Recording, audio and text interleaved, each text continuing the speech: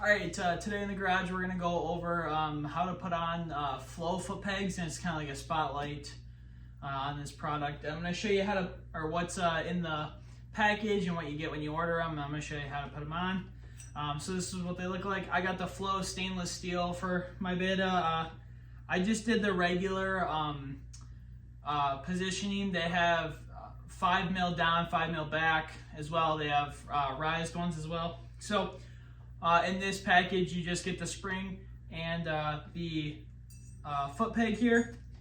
You get a little bit of information about some of the stuff they sell, as well as the packaging. Honestly, the packaging, they put a lot of effort to. It's got like foam in there, and just so like when they ship it, it doesn't destroy anything. It's really nice. They did a really good job on shipping this stuff. So we're gonna go over putting that on. I already got one on because I got excited. So I'll show you that real quick. I'll bring you up close to that and look at it, and then I'll go through the process, and then we'll give a little like first impression of it. I might write it up in notes to give you an impression. All right, let's get to it. All right, I got the front wheel and stuff off here because I got other projects going on. So like I said, I got the stainless steel on. Ooh, this looks good. So super sharp foot pegs. Here is the stock one for comparison. Maybe a tad wider, maybe a tad taller, nothing major. Maybe a little bit longer there. So if you try to get them equal, maybe a little bit longer, just a little bit, just a little bit bigger footprint right there. The one thing I do notice is the spring here is curved, and it curves under this better. Just from doing that, it's gonna scratch that. It's no big deal because it's just a foot peg, you know, holder on the frame. Not a big deal, but just so you are aware, it will scratch that little amount right there. It uses the stock pin and the stock washer on the bottom. I greased it up before I put it on, but yeah, it looks good, and we'll go show you how to put the other one on. Okay, first thing I did is I did cut that pin out of there just because it's easier to do that off camera. So next thing I'm going to do is I'm going to take a little hammer and tap that out. These can be hard to get out, so just make sure you're not banging on it too hard, but it might need some convincing, and yeah, it shouldn't be too bad. Oh, actually, I'm going to take this off, but you don't have to do that, but I'm going to take that off and clean this whole thing, so you don't have to take that cover off, but we're going to do that for the sake of cleaning this all up.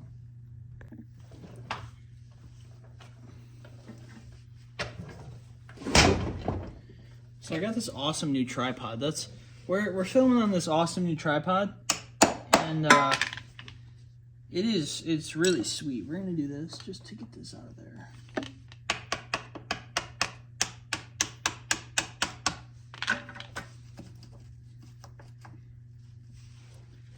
Just right at the top there. There we go. So this is what it looks like, just like that.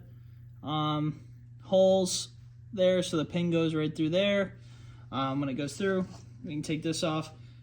You can just see how dirty it gets, and how much they get used, how much dirt gets in there.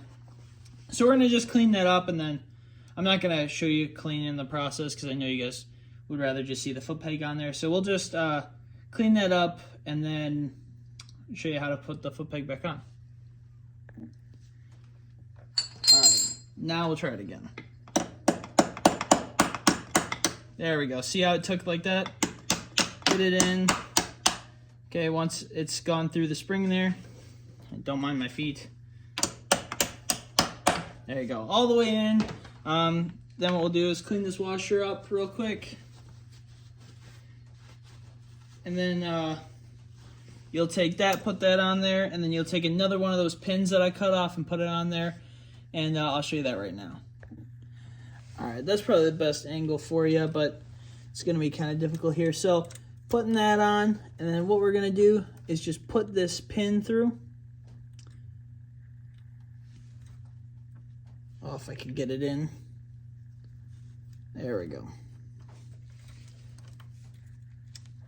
Just like that. Put that through, then we'll bend those around.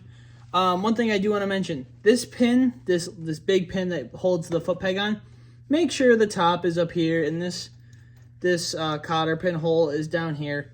If it's the other way around and that pin breaks up on top, you're going to lose this pin and you're going to lose your foot peg. So we want to make sure that this is on the bottom, this is on the top, because if you break this pin here, your foot peg's gone.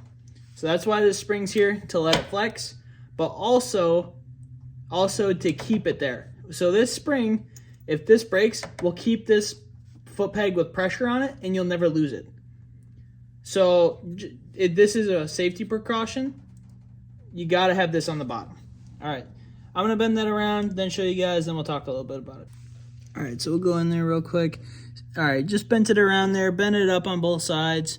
A lot of people just will bend it up on one side. Doesn't really matter. I like to do this a little bit safer, I would think. And that is the overlook. All right, so just a little wrap up here. I know you can't see the foot pegs. I'm sorry about that. Just where the camera angle is gonna work out. I hope you liked the video first off. Please go look at my website. The link is always down below. I don't pay for like a URL, so you have to use that link. It's through Google Sites, so it's a legitimate website, but it just doesn't have like a URL to go look at. So just go make sure. If you want to see some of that stuff, it's just down below. I just sat out here in the garage, and I didn't get a chance to ride up and down the street. Sat out here in the garage. What I feel the difference is the prongs or whatever, the teeth. Let's go with the teeth. The teeth towards the back feel much taller and feel like they grip, not your heel, but if this is the foot peg and this is your foot, as you're dropping your heels like that, it just grips on that part of your foot a little bit better. So in the future, I'm excited to let you guys know what I really think about them once I ride with them, and I ride with boots on too.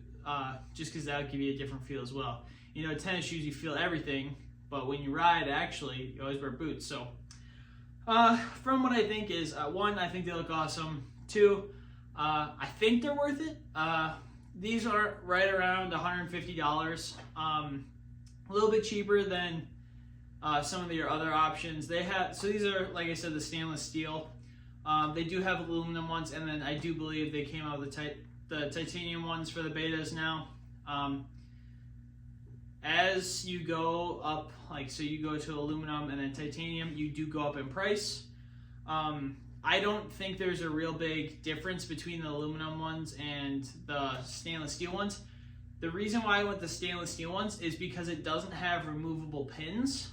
The aluminum ones have pins that come in and out, and I just didn't want that. I wanted something that was going to be sharp and not dull over time, and I'd have to change it out. If I want to change out the foot peg because it's dull, I'm just going to change out the foot peg. I'm not going to change out these stainless steel little tips into the aluminum. I'm just not going to do that. So with that being said, these are the FLO foot pegs. I hope you guys liked them. I hope you guys liked the video, and thank you guys for watching.